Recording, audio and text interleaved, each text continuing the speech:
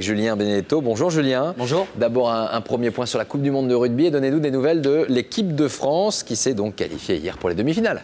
Eh bien, pas d'euphorie dans le camp français hier soir. La fameuse troisième mi-temps a été sobre. Regardez, nous sommes dans les couloirs de l'hôtel des Bleus à Auckland.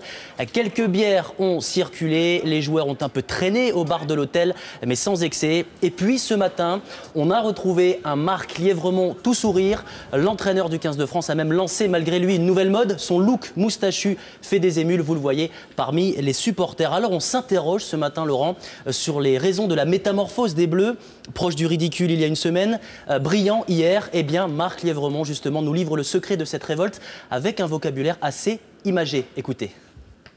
Le risque c'est de se croire d'un coup devenir des super bons joueurs de rugby, sauf qu'on a été hier les mêmes joueurs qu'à Wellington, sauf que on va dire qu'on en avait une grosse paire en plus et puis et que ça a fait la différence. Voilà, c'est clair. Les résultats de la matinée, on connaît l'affiche de l'autre demi-finale, celle de l'hémisphère sud, Australie, Nouvelle-Zélande. Les All Blacks, grandissimes favoris de la compétition, ont été accrochés en quart de finale ce matin par l'Argentine. Contre toute attente, la Nouvelle-Zélande a dû attendre les ultimes minutes pour inscrire 2 essais salvateurs. Victoire finale 33-10. Et en demi-finale, vous l'avez dit, les Blacks retrouveront leurs voisins australiens, les Wallabies, c'est leur surnom, ont remporté le choc de l'hémisphère sud en éliminant l'Afrique du Sud, championne du monde en titre. Les Australiens ont inscrit la pénalité de la victoire que vous voyez à 10 minutes de la fin. La score finale 11-9.